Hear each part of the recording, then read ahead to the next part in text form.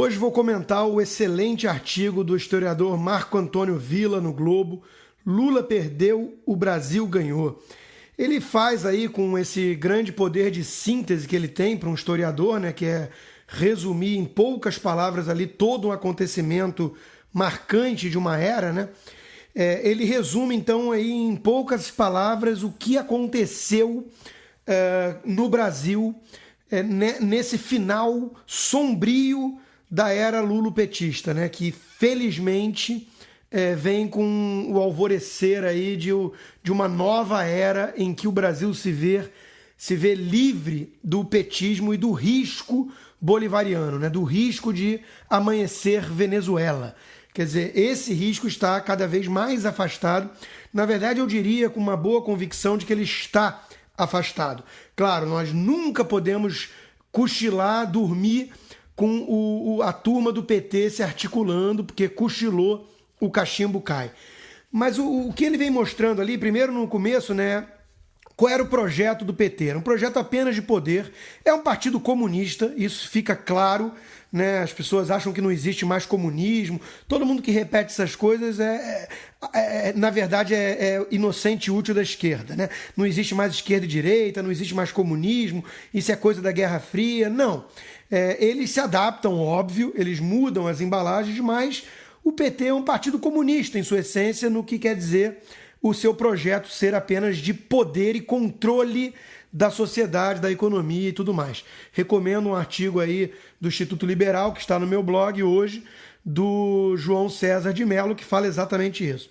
Então ele tinha um projeto muito claro que era, com a reeleição ilegal, suja de Dilma, né, fruto do estelionato eleitoral e de recursos desviados, Lula teria cada vez uma participação mais ativa e aí abriria o caminho então para retornar em 2018, ser eleito em 2022 e eleger um novo poste em 2026. O Brasil seria então cada vez mais parecido com Cuba, Venezuela, que era a intenção declarada, diga-se de passagem, do próprio PT, do próprio Lula e de Dilma. Isso não é teoria conspiratória, isso não é coisa de paranoico. Pois bem, esse projeto foi derrotado pelas vias constitucionais e democráticas no Brasil. Isso é que é o mais marcante e precisa ficar claro para todo mundo, né? Muitas pessoas achavam que só uma intervenção militar iria dar conta de impedir o projeto de poder do PT. Chegaram a defender isso abertamente em passeatas, era uma turma minoritária, é verdade.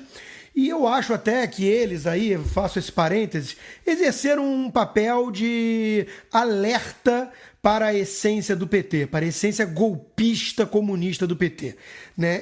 Essa turma liderada aí por Olavo de Carvalho, Bolsonaro e tudo mais, teve o seu papel de chamar a atenção para isso. Mas a história de que Olavo tem razão e tudo mais, a gente precisa ser honesto aqui, não tem razão.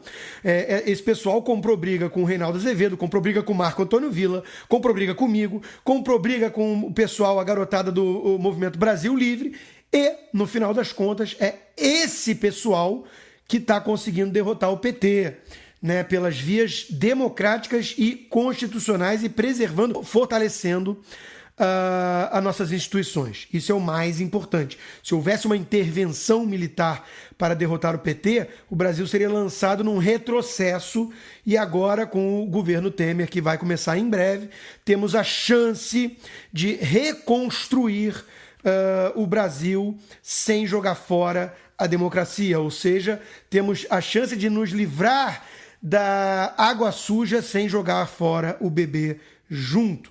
Então, e eu mesmo falava em várias palestras, baixinho, brincando, que era o PMDB que ia salvar o Brasil, e acabou sendo mais ou menos isso. Nós estamos vendo aí esses deputados, essa oposição acovardada, um tanto frouxa para o nosso gosto. Tudo isso é verdade, mas nós estamos vendo esse pessoal conseguindo dar cabo do PT, conseguindo se livrar dessa patota golpista criminosa. Então, Marco Antônio Villa continua mostrando o agravamento da economia, toda a história que gerou o contexto possível para o impeachment e falando então que o próprio PMDB conseguiu se afastar do governo, trair, entre aspas, a sua própria base de apoio, né, e trazer para o lado de cá uma maioria que culminou, então, nos 367 votos favoráveis ao impeachment. 17 de março, então, foi constituída a comissão processante, né, e aí conseguimos, então, a façanha de aprovar o processo de impeachment que o Senado deve agora, nos próximos dias, julgar e, com certeza, aceitar. E aí Dilma, no processo antes até mesmo do prazo previsto constitucional de 180 dias, estaria afastando Dilma e Michel Temer seria o novo presidente da República. Vivemos muitos anos de heavy metal petista e precisamos de alguém agora com um perfil de Temer, que é um perfil mais discreto, mais bossa nova. Não será fácil, mas muito mais difícil foi o povo derrotar a quadrilha petista e seu chefe Lula, conclui Villa. E ele está certo.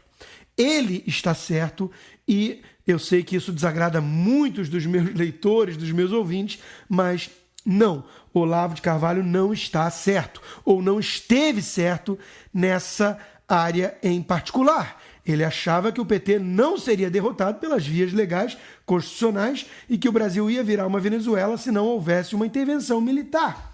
Essa era a opinião de muitos dos seguidores de Olavo de Carvalho. Vamos ter que reconhecer de forma honesta, a honestidade intelectual precisa ser sempre valorizada, que ele errou nesse diagnóstico, nesse prognóstico, e que o Brasil está, sim, se livrando do PT de forma legal, democrática e fortalecendo nossas instituições. Isso não é pouco, isso não é um feito desprezível, muito pelo contrário, isso é algo que todos aqueles que celebram a grande sociedade aberta devem festejar.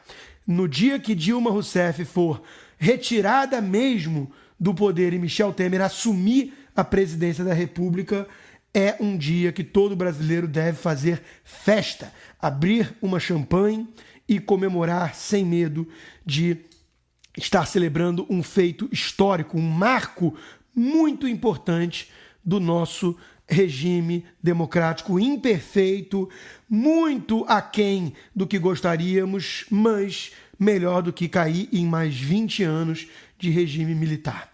Ou seja, viva a democracia imperfeita do Brasil, que conseguiu, com o apoio de milhões de brasileiros que foram às ruas pressionar os nossos deputados, evitar que o Brasil se tornasse a Venezuela.